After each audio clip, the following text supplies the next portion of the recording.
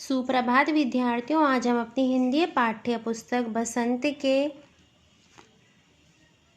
पाठ 8 ऐसे ऐसे का अध्ययन करेंगे। यह विष्णु प्रभाकर जी द्वारा रचित एक एकांकी है, एक नाटक है जिसके मुख्य पात्र हैं मोहन, एक विद्यार्थी दीनानाथ, उनका पड़ोसी, माँ मोहन की माँ, पिता मोहन के पिता, मास्टर मोहन के मास्टर जी, वैद्य जी, डॉक्टर और एक पड़ोसन। देखिए इस पाठ में क्या है। इस पाठ में मोहन, जो कि आपके जैसा एक विद्यार्थी है जिसकी उम्र लगभग 8-9 वर्ष के है, 8-9 वर्ष की है उसकी उम्र। एक दिन क्या होता है कि वो अपने पिता के साथ जैसे ही घर में एंट्री करता है, बार बार अपने पेट को पकड़ता है और कहता है कि मेरे पेट में कुछ ऐसे ऐसे हो रहा है। उसकी माँ पूछती हैं क्या हो रहा है, क्या दर्द हो रहा है? तो वो कहता है नहीं, बस कुछ ऐसे ऐसे हो रहा है। ये देखिए आप, चित्र भी दिए गए हैं, लेकिन मोहन के जो चेहरे का रंग है वो बिल्कुल सफ़ेद पड़ चुका था। तो उसकी माँ पूछती है उसके पिताजी से क्या इसने आपके साथ कुछ खाया था? तो वो कहते हैं नहीं, केले और संतरे ही खाए थे।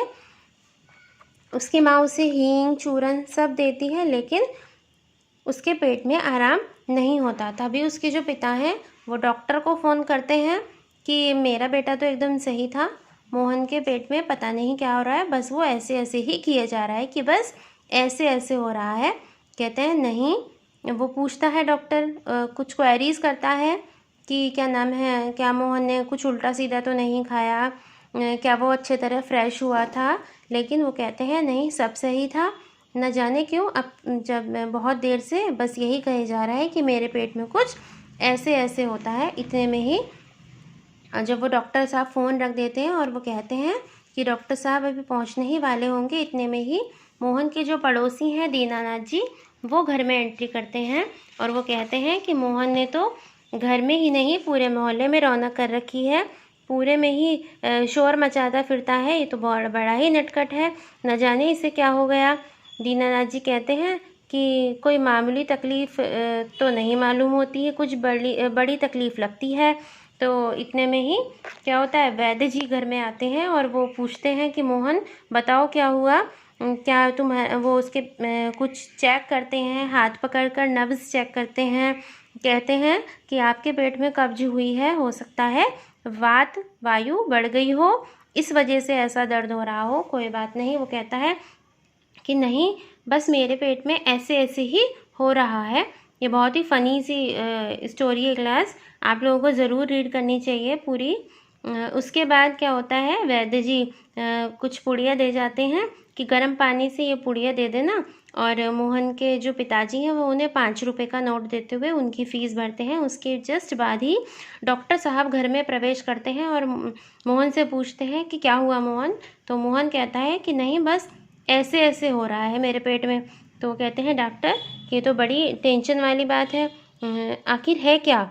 कुछ कॉलिक पेन भी मालूम नहीं होता और फोड़ा भी नहीं जान पड़ता, क्योंकि वो अपने स्टेथोस्कोप से, अपने आले से जो वो गले में टांगे रखते हैं डॉक्टर लोग, उससे वो उसके पेट की जांच करते हैं, उसकी जीभ देखते हैं और वो कहते हैं कि कुछ नहीं, लगता है ज़रा सा कब्ज हो गया है और मैं कुछ दवाई दे दूँगा, एक ही दिन में दवाई लेकर तुम्हें आराम हो जाएगा। इतने में ही डॉक्टर चले जाते हैं और मोहन के पिता उन्हें 10 रुपये की फ़ीस दे देते हैं। उसके बाद मोहन की एक पड़ोसन आती हैं और उनकी माँ मोहन की माँ से पूछती हैं क्या हुआ मोहन को? तो वो कहती हैं कि पता नहीं क्या हुआ है, बस यही कहे जा रहा है कि कुछ ऐसे ऐसे हो रहा है। तो उसकी जो पड़ोसन है वो कहती है वैसे भी बहुत सारी बीमारियां चल रही हैं, ना जाने ये कौन सी बीमारी है कि ऐसे ऐसे ही बोले जा रहा है मोहन, है ना। इतने में वो चले जाते हैं और थोड़ी देर में मास्टर जी का प्रवेश होता है। मास्टर जी पूछते हैं क्या हुआ मोहन, क्या हो रहा है तुम्हारे?